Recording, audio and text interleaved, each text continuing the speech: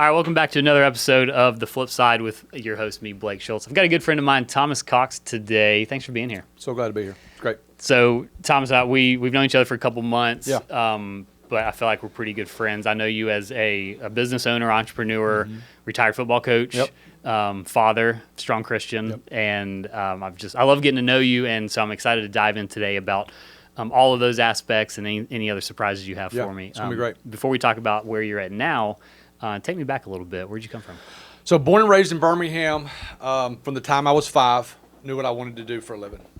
I did. I wanted to be a college football coach. And so my life was predicated around that. Grew up in a really strong Christian home. Parents were divorced, but parents were still around.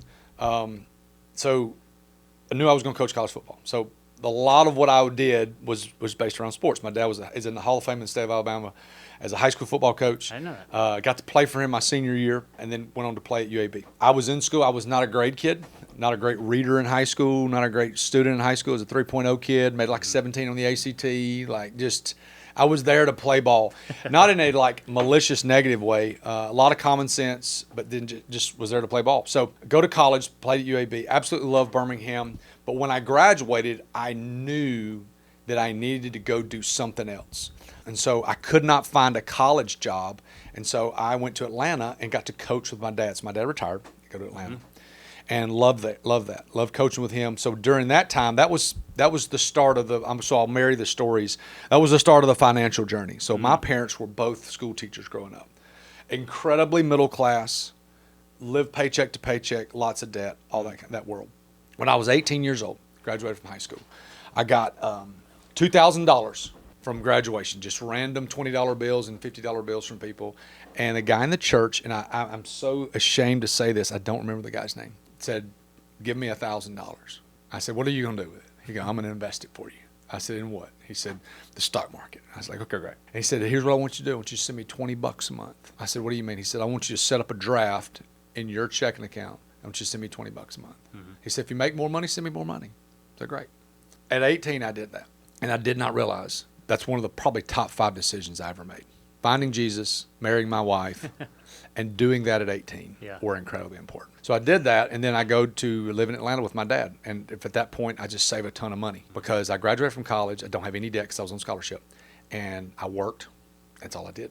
I taught school, coached in the afternoon, cleaned buildings at night with a friend. So all I did was work. My fiance or girlfriend at the time was in Alabama, so I didn't have her to distract me. Yeah. So we did that. So in there 2 years, getting off the plane from my honeymoon, get a call from a college coach that we knew that offered me a job. So we coach at NC State. We're at NC State for a few years, get fired from there. Not me, the whole staff. So in college football, it's not a matter of if, it's a matter of when. So we get fired. Then I go and coach at Tennessee Tech for the guy that coached me in college, Watson Brown, who's here from Birmingham. So I did that for a while and loved it. Problem was, in college football, it's very, very hard to have a family and be a great father. There are college football coaches that are great dads, but it was a struggle because we worked so much. Did that for a while, loved it. My wife loved it. My wife was a coach. I was a coach. We had 2 kids at the time. And What was she coaching? She was the head volleyball coach at Cookville High School. Okay. She's an incredible volleyball coach. She's been doing it over 20 years at this point today as we sit here. But she lost 1 region game in 8 years as a head coach in Tennessee. Wow. She's incredible. And then I get a call from the Lord to get out of coaching. But the problem is God will call you to certain things, but God will call you out of other things as well. So I felt God calling me out of coaching. But the problem is I didn't know what he was calling me into. And that's really, really difficult to be obedient there because there's no next step. So I worked at a church. Got a guy that offered me a job, said, "Come help me." He was a former athlete too. I was like, great. So I worked at a church for 2 years. 6 months later, guy comes in my office. My boss says, "Can you help me with a meal plan?" Let me backtrack. During my time coaching there, I got really involved in CrossFit back in the day. Before, CrossFit is on its way down at this point as we sit here in 2025. But in 2008, 2009, It was hot. Bro, It was new. It was hot. and I just happened to live in the mecca of CrossFit. I lived in Cookville, Tennessee. I lived there, loved it, and got really involved, drank the Kool-Aid. And so when you get involved in CrossFit and you drink the Kool-Aid, they force nutrition down your throat. So I learned lots about nutrition just by default. I have a history degree, don't have a culinary degree, but I learned about food. And I started doing meal plans for this guy. And just like anything, that just mushroomed. fast forward 2 years later, I quit the church. I started doing catering. I got thousands of people that do our meal plans in 27 different countries. This is before you could find a meal plan on Google in 30 seconds. Mm-hmm. So that grew. We started catering. Then we opened up a small restaurant in Tennessee. So in Tennessee, we grow that business for 5 years. We get a call to come do the food for Highlands College. So we do so let's get to current day. So currently we do the food for Highlands College. We have 2 different catering companies, Meal Fit and Table and Time. And we have a vending business that we have. That is the food part of my life. Back in 2017, one of my best friends, John Pattison in Tennessee, he and I decided that all of our friends, so this is positive peer pressure, all of our friends started owning rental houses, buying a rental house here, buying a rental house there, and all that stuff. And so I saw a video, and everybody knows who Grant Cardone is. I saw a video back in 2016, 17, whatever. He looked in the camera and he said, why would I buy one house when I can buy an apartment complex and have 20 houses under one roof? It's almost like that single video or that single line in the video, it clicked in my brain. And at that point, I'd never even looked at buying single-family homes. Defining moment. It really, really was. Yeah. And I hate to say that one of my defining moments was Grant Cardone. Because I think he's great, but just, I don't know. Yeah. So we bought an apartment complex in 2017. But the way we were able to buy it was that money that I put in the market when I was 18 years old. That's awesome. And so I just dollar cost averaged, and we talked about that on our podcast. I dollar cost averaged all those years, and it just grew. It just grew, and so I used some of that money to buy our first apartment complex. We moved to Birmingham. After we moved to Birmingham, we bought another one in Jacksonville, Alabama, and then 2 years later, I bought another one myself. So we own some multifamily. Got really involved in the real estate and investing game.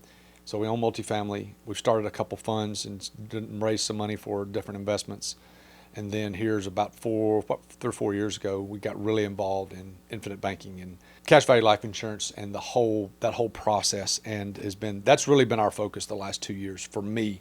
Now we still own the catering businesses, but we structured that a little bit differently the last 2 years to where I don't have to do as much with that. I still manage it. I'm still there involved in contracts and things like that. But from the day-to-day standpoint, I don't mess with it. The bulk of my time right now is spent on real estate and finance. And I really, really love that world.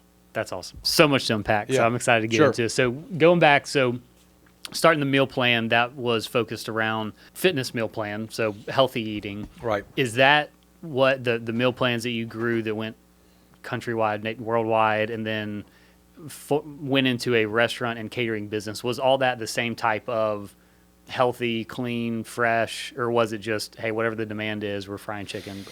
Like, what did that look like? Yeah, that's a great question. So everybody thinks it was centered around fitness, and it was, but our goal with the meal plans was I want to help busy moms.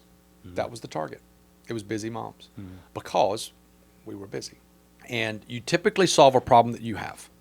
Yeah. The rental business. Yeah. Like I can name 3 or 4 of them for you. You typically solve a problem that you have. And so we were, running in 4 different directions. And I always wanted to eat healthy because of the CrossFit background.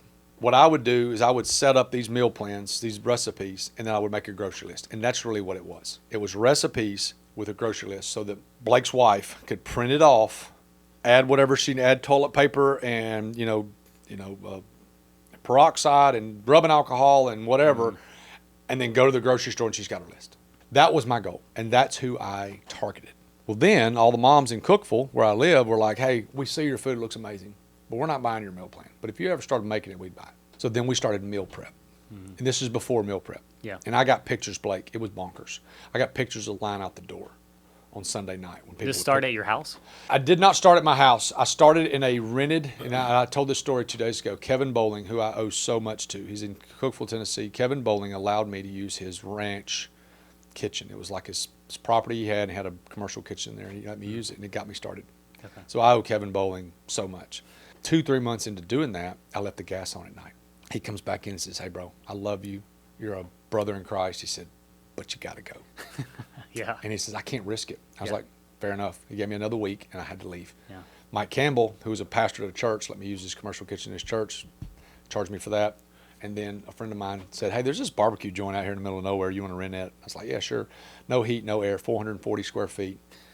Froze our butt off in the winter, sweated our face off in the summer, and then it grew from there. Out of that barbecue hut. Out of that little barbecue joint. Yeah. Yep. could people come? It was just come pick up meals. It wasn't like a come sit down When restaurant. we first started, Blake, in that barbecue joint, it was so out in the sticks that I had to deliver. So I was delivering to people's homes, which is crazy. Yeah. And then we got to the point where we couldn't do that anymore. I had this guy that was referred to me and said, hey, you need to go talk to this guy named Chad. And so Chad came out and said, hey, I'm going to look at your operation. So he just kind of observed for like 45 minutes. He's like, hey, I got an idea. He's like, won't you come and take our spot downtown? We got 2 restaurants downtown. Mm-hmm. One's thriving, one's floundering. You don't need it as a restaurant. You just need a bigger kitchen and space, and it's centralized. Once you use it, I was like, I can't afford a place like that. He's like, I think you can. Well, he was renting from a guy that was a true slumlord. I mean, the power bill was more than the rent. It was so poorly done in the building, but it was great for me. Yeah. And that's when we really took off because people started seeing it. And I was there 3 or 4 months. It's like, hey, I got to open up something. And so you could see the university and the hospital from my front door. We turned it into a salad bar type thing where it's like Whole Foods. Yeah. You weigh it? Yeah. We did that. We did that during the week, and we had meal prep on the weekend, and we made a lot of money. So you stopped deliveries altogether? We stopped deliveries altogether, and we just started doing that, and people were picking up on Sundays, and it was great. And I'm going to go back to this from a financial standpoint. We were strapped because my wife was working part-time, teaching and coaching part-time, and I was making $60,000 a year coaching. Well, I started working at the church, making like $35,000. Mm-hmm. So we took a huge pay cut. So a wife and 2 kids are living on $55,000 a year. Yeah. We lived on that budget even when we started the business. So the first year we did meal plans, it made about $8,000. The second year I made about $80,000. Mm-hmm. Third year we doubled to $165,000. Fourth year we were at $350,000, and we doubled for 3 or 4 years straight. But we kept our household budget at that dollar amount, and we just stacked a lot of money, Blake. Mm-hmm. We just saved it before I knew anything about investing and diversifying and things like that. We saved so much money, and it is what propelled us to do what we do now. And that was with deliveries when you had that the highest gross income was at that delivery. So shutting that down, turning it to the restaurant, was the restaurant doing that well as well? Yeah, we didn't lose money. We were open 11 to 2, Blake. Oh, wow. Just lunch. Okay. And it was you couldn't sit down, so we were 5 days a week, 11 to 2. And it was lean, I guess. Very, very lean. Yeah. Now it grew. The problem is when you get to a certain point, you think you need to add stuff to make more money. When you add stuff to make more money, you incur more costs. You have to pay more people. You have to buy more crap. Everybody says they want all these other things, but then they typically go back to what they know and love. And so we were still making money, but it was really cyclical. When school was in, bro, we were killing it. When school was not in, we were floundering because 10,000 people in a town of 30,000 people. Or there were 10,000 more people in town when the students were there. Not because it was all students that were coming in, but there were a lot of students. But people, just like here, people love rhythm. So a gym and a church and meal prep are the same. Let me explain. Gyms, churches, and meal prep thrive August to December. Then they thrive January to May. Why? Because school's in. School is in. People in a rhythm have their habits. So I'd see the same freaking people every day, bro, at the restaurant. When school was out, the Smiths are on vacation this week. The Joneses are on vacation this week. The Schultz are on vacation this week. And so there was never any consistency when Christmas vacation, summer vacation. I realized then I'm one of the lucky few that didn't just get my butt handed to me by a restaurant. I realized this is not sustainable. This is not how I want to make my money. And so I figured out, and it's not a light bulb moment, but I figured out that I want when we make money in the food business, I want to have the money accounted for before I buy the food. Catering, meal prep was all the same thing. Now here I have the vending business, and the vending business is very, very low waste. Figure out what the people want, and it's been pretty good. Yeah, I want to talk about that as well. But before we switch into that, restaurant is seemingly the riskiest business to get into. Everyone says avoid it from a just business entrepreneurial standpoint. What's your take on that? You had a successful one. You kind of saw the writing on the wall, you said. Yeah, sure. But would you encourage or discourage people to get into it? In college, I had a job parking cars. And from the second semester in college all the way to the 5th year of college, I parked cars. Made a boatload of money. I mean, Blake, for a college kid, not like the college kids today and the NIL stuff, but like I'd make $300 or $500 a week. And just like, I didn't spend, I just made a bunch. Some weeks I make $1,000. Like, I just made a bunch of money. But I got to park cars at a place called Highland Bar and Grill and Bottega. And so if you're in Birmingham, you know that those are two of the best restaurants in Birmingham. And Frank Stitt, who was a friend of my dad's, has been around. He's won a James Beard Award. During the late 90s, early 2000s, and even if it both were open today, they'd still be one of the top restaurants in Alabama. And I worked there. And so I remember like it was yesterday, Blake. I remember sitting there at midnight one night after I got off my shift, and the same bartenders were there for 20-something years. And I looked at the menu because I never went to places like that growing up because we couldn't afford it. And I remember looking at the menu, and I remember seeing a steak for $63. Now, this is in 2001-ish. It's a lot of money. And I go, bro, Frank's making so much money off this food. And he goes, he ain't making it off the food, Thomas. He's making it off of this. And he picks up a martini glass. He said, this martini costs $17. In 2001. In 2001. That's crazy. He goes, Frank ain't making money on, he makes a little money on the food. They said, Frank's not losing money on food. Frank's making a killing on booze. And I was like, I get it. I get why these people are in here until 12 or 1 o'clock in the morning. Bro, 12 o'clock at night, 4 or 5 nights a week, that bar was full. Yeah. Because when you drink, I don't drink, but when you drink, you want to drink more. And it just keeps going and going and going. Yeah. So from a restaurant, that's a long answer to a short question. From a restaurant's perspective, I do not believe a restaurant is a good business. There are a lot of people out there that make a lot of money doing it. But the time is incredibly intensive, and it's extremely risky. Bad weather, different things come up. You're not gonna be full. So I don't think it's a great. I talked to a guy last week about wanting to start a restaurant. I was like, no, bro, don't do it.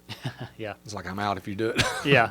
I just finished Unreasonable Hospitality. It's a great book. Will Girardi, Yeah. whatever his name is. Yeah. Dude's a G. It's a great book. But the concept of the book is wonderful. And if you've never read that, I'd recommend highly reading it. But it's a great. But he makes millions of dollars, but he's a restaurant guy. Yeah. So what I liked about him, my biggest takeaway was he went in from when he was 22 years old with one goal: be the number one restaurant in the world. Yep. Period. That was it. That's it. That was his only goal, and that was his only focus for running it for 15 years. And he hit it. Yep. Spoiler alert. But it wasn't about the money to him. And I think that's again, I've never been in restaurants, but it's got to be a passion project, right? And if you do it well and have clear and defined goals, that maybe the outcome is money, but that's not the focus. That's not the input. I think the problem a lot of times is you can cook good. Everybody likes your food, and then all of a sudden 14 friends say you need to open a restaurant. And then, Susie opens a restaurant and it fails miserably. There's a big difference in being a chef and a business owner. Right. And the ones that can do that both well are elite. Yeah. There aren't many. Which it sounded like in the book he had a partner named Daniel who was the chef and he was the business owner, right? So, and that's if you can have both of those, bro, it's a better deal. But like if you just like you love cooking, barbecue, I mean, it's just a totally different animal. Yeah. The way you have to balance the food and the labor and all of those things, it's mind-boggling. So if you're an entrepreneur wanting to go out and start something to make money, restaurant's not the answer. No. There's a lot easier ways Absolutely. to do it. There's so many other ways to do it. Yeah. So. All right. So let's switch over to catering now. You've got a catering business. You serve Highlands College, which I'm assuming is fairly cyclical as well because that's in and out of students in and out. So supplement that. You've got two catering companies that are independent and then the vending business. Yeah. Vending business intrigues me. Last time we met, we kind of dove into that. I want to talk about it as well. You were just launching into a new building, or you were adding a second machine into a building that was your top producer already. So catch me up. So it's taken me about 3 years to figure this thing out. We were doing the meal prep thing. It's still in Birmingham. We were losing money. So I shut that down, and I saw this vending thing. And I probably saw it on a Facebook ad or something like that. And then I talked to the people at the company, and I said, hey, you got anybody that does anything like this I can talk to? And he hooked me up with this girl in Texas. And this girl's probably 40 years old. She has a catering business like me in Texas. But she has like 20 machines, and she absolutely kills it. And so we got to be buddies. And she has taught me so much. Brittany, her name is Brittany. She has a company called Tomei Catering in I can't remember the name of the city in Texas, and she's wonderful. But she's taught me how to do this. And so it's a refrigerator that's locked that only opens when you swipe it, and you put real food in there. Well, what we were doing is we were putting our meal prep in there. Yeah. We were adding things and figuring out how that goes. And so, but what we figured out, Blake, is that it needs to be places that are open 24 hours a day, foot traffic during the day of over 100 people. And the more hours that the people are circulating, the better you're going to be. U.S. Steel does really good. The hospitals do really good because there's people there 24 hours a day. And a lot of times in the hospital, for example, cafeteria closes at 2.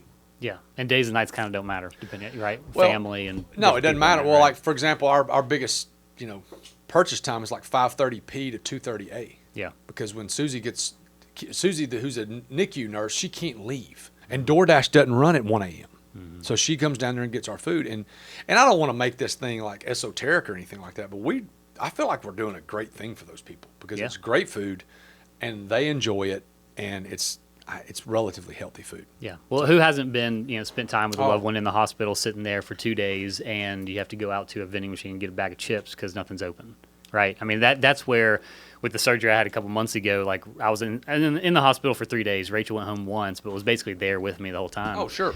And having something like that for her would have been... Oh, it'd been a game changer. Yeah. Yeah, so I'd see that. We didn't talk about hospitals last time. Are you in any hospitals? Yeah, we're in a bunch of different hospitals. We're in St. Vincent's East, UAB, Maine, downtown, UAB Highlands, St. Vincent's Maternity. I think that's it. Okay. It's our most consistent and best revenue. Yeah.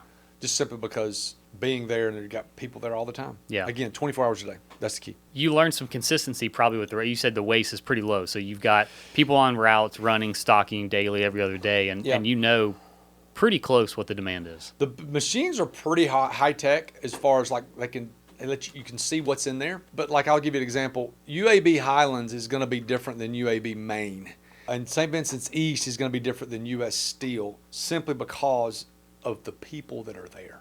And so I tell everybody, hey, it's going to take me 3 or 4 weeks to figure out what you guys like.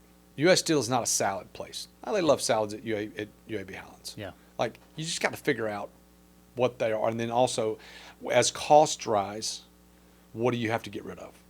Mm. This is an item that people like, but they don't love it. So we can get rid of this item because it's only a 30% margin. Yeah. So it's a game, a little bit of a game. And trying to figure that out, that's where you can really make money is when you figure out that they love these things. They love these things. They hate these. Don't put these there because you're going to waste those. Yeah.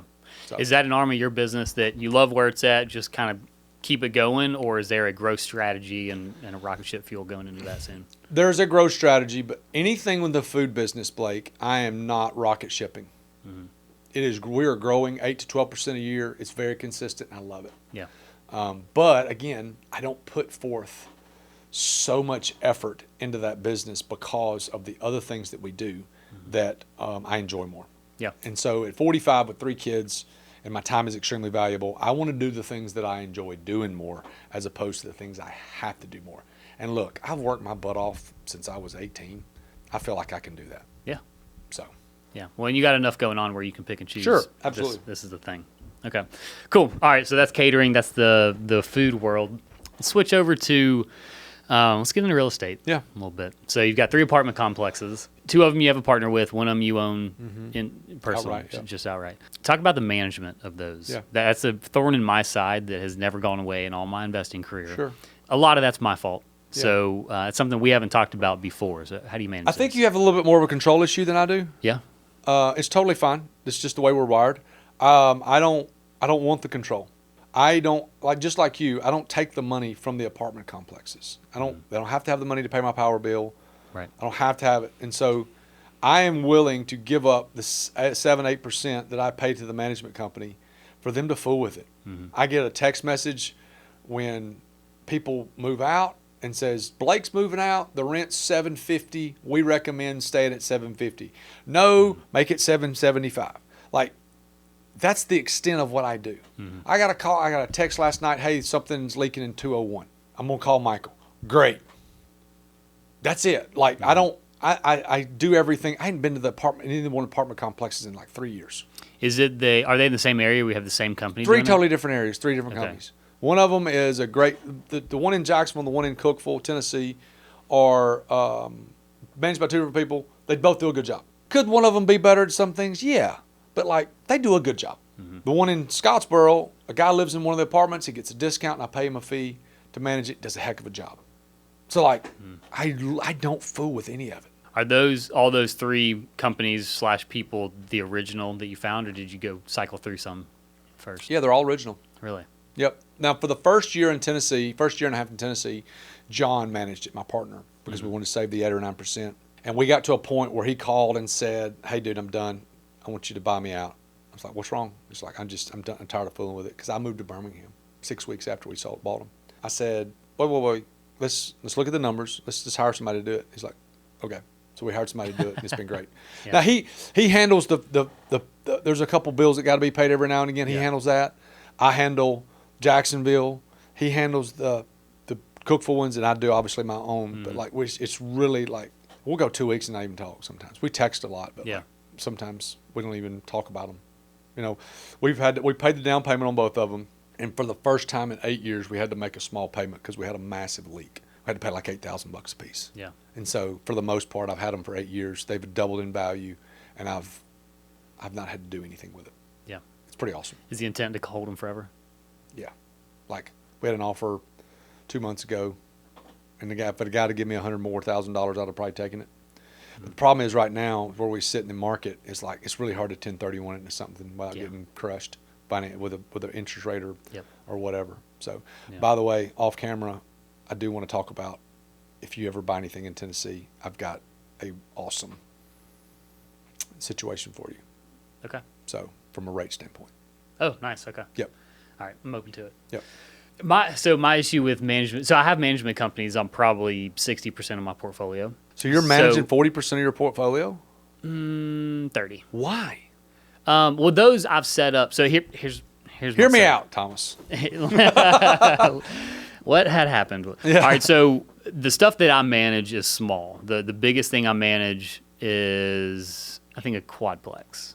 The rest is all our commercial. No, I take it back. I'm sorry. Joe's Italian down in Pelham. I manage that. But that's a restaurant, right?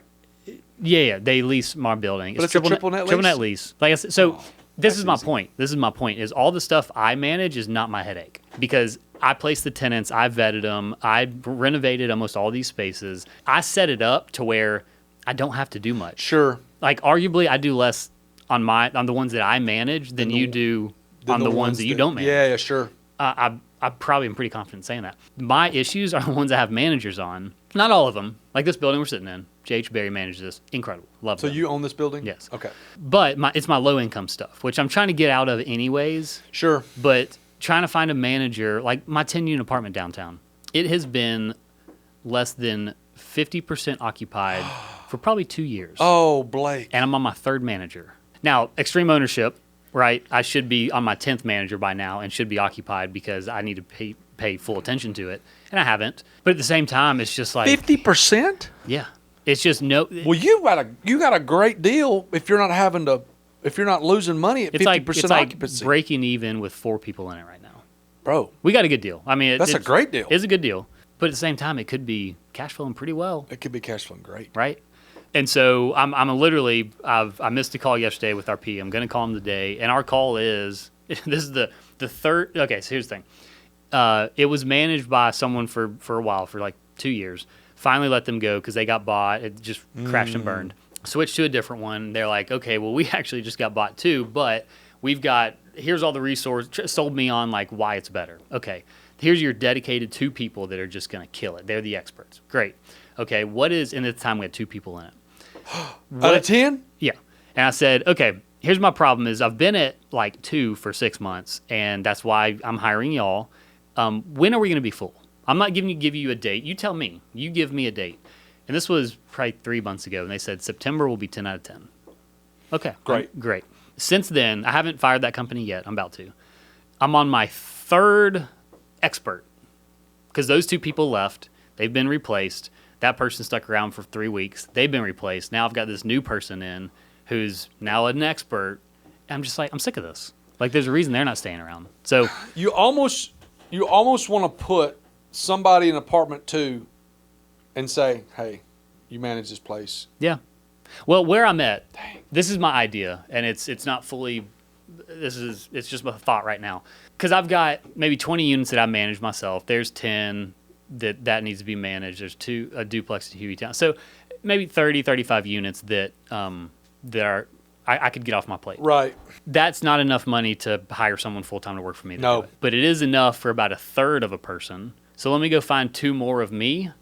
The 3 of us split one person who we all agree how things need to be operated and do it that way. And I think I'd end up with more money in my pocket. Okay, and better. why don't you do the whole online thing? Are those markets small enough to where those people can't function and do it online stuff? Meaning like low income. Okay. Yeah. No, it's there's a lot of. Have you thought about Section 8? Yeah, I love Section 8. You do love Section 8. Yeah, I love Section 8. I hate Section 8. I've dove into it a little bit. I don't like it because I don't like all the inspection stuff. But again, different. Jason Long's one of my best friends. He loves Section 8. Mm-hmm. So, but he manages all his. There may be one Section 8 tenant of those 4 in that one.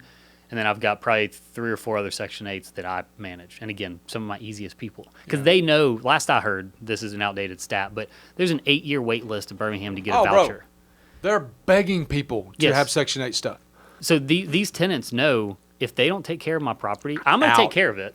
But they're going to lose their voucher and then they're homeless. Because they don't have enough money to pay a place and they lost their voucher. Can you get all of your units Section 8? Because you would solve your problem at that point. Here's a whole nother thing is why I need to take it over, which I don't want to but I need someone who will do it, because that was our conversation with this manager of turn them Section 8. They'll go $800 a month instead of market $700. Yeah. And I like it better. And they're like, oh yeah, we're applying. Okay, well it's been 4 months. What are we doing?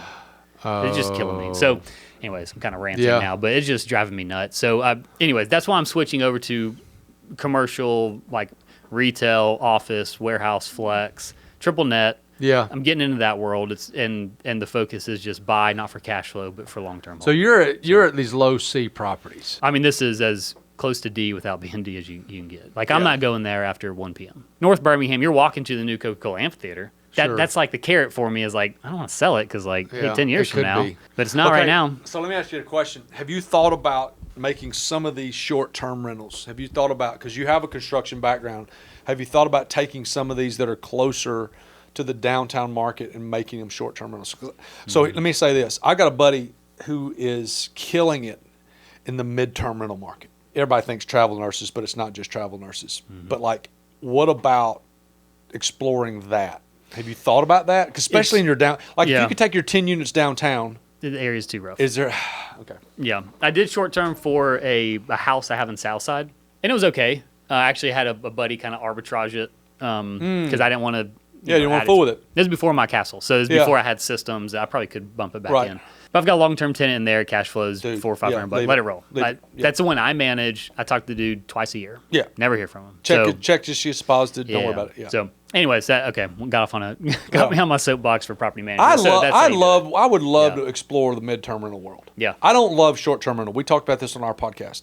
I have the place at the lake, Walcox Point, walcoxpoint.com. It's great, but like it's a legacy property. We're going to make a little money, but I don't invest it. Every dollar I spend goes back into the place. Like it's not an investment. Well, it's a job. It's hospitality. It's like a restaurant. It's hospitality, bro.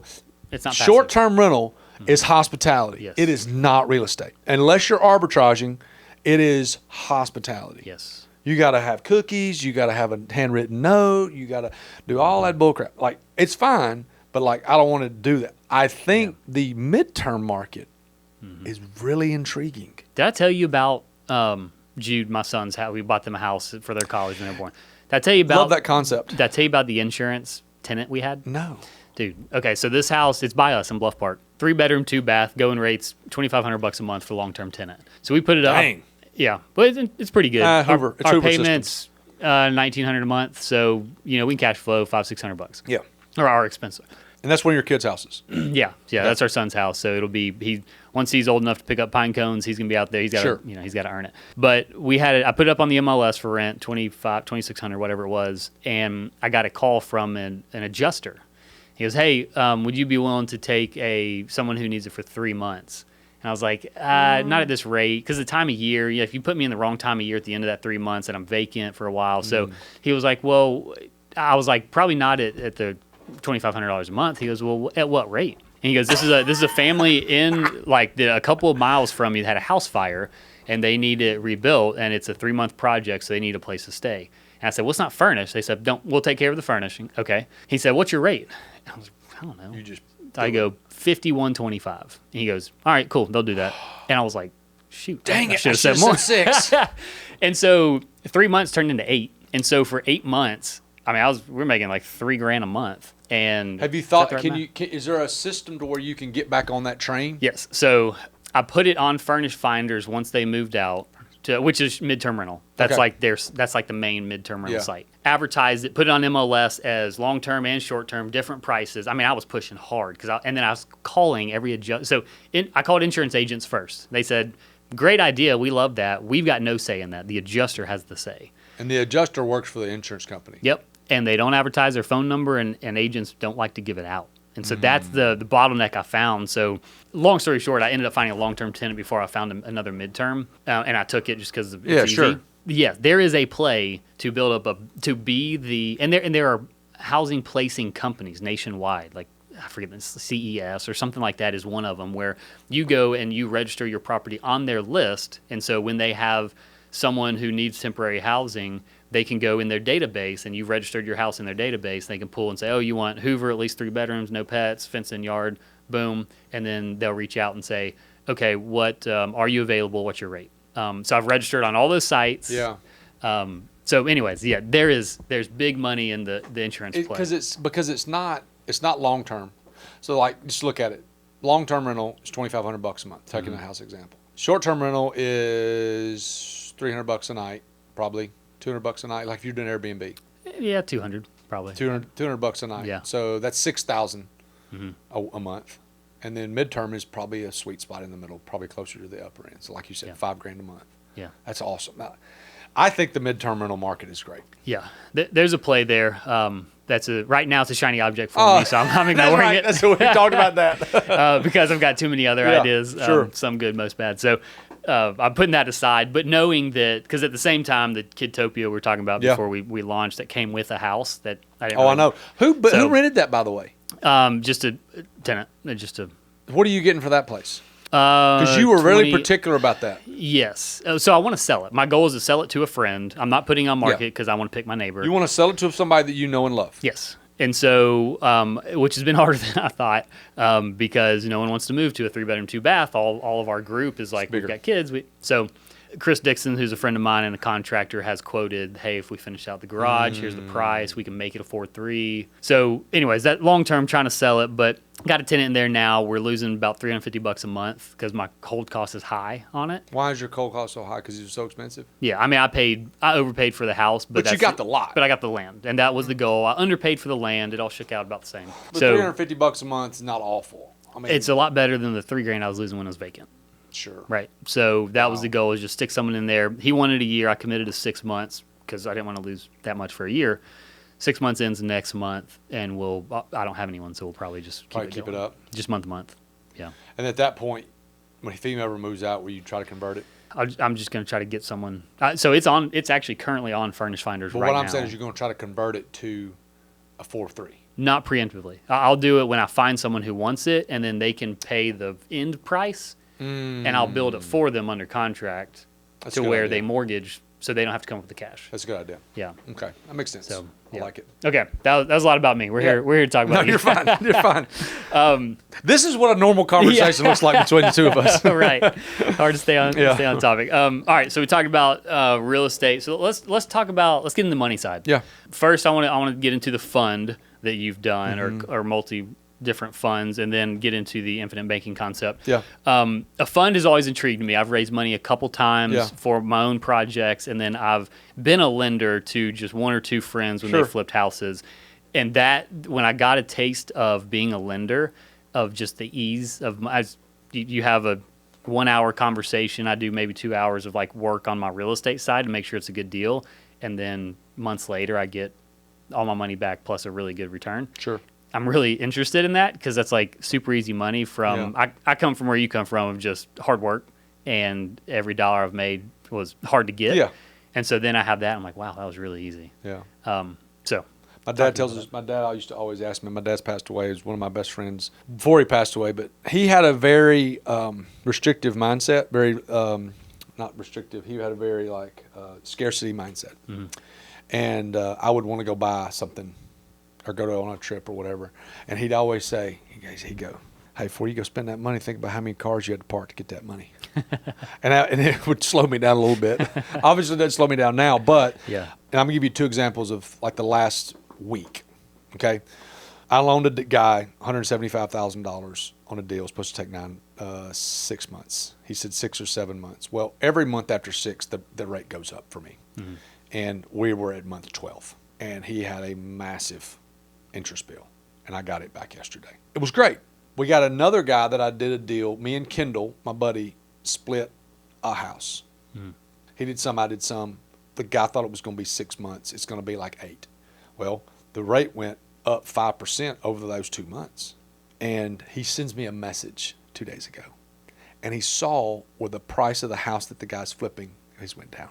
He goes, hey, Coach, I guess the price went down. I guess that contract fell through. And I text back. I said, herein lies why we lend and we don't flip. I did a flip with a guy, a real estate friend of mine, linked me with a guy. And he said, this guy got the house super cheap. He wants a partner. Y'all flip it together. So we flipped it together, meaning I was the bank. He did the work. We were going to make $80,000 a piece. Mm-hmm. It was a cheap house. It was a cheap house. Yeah. And it was it was in Trustful. And so like great school, like Trustful's wonderful. Yeah.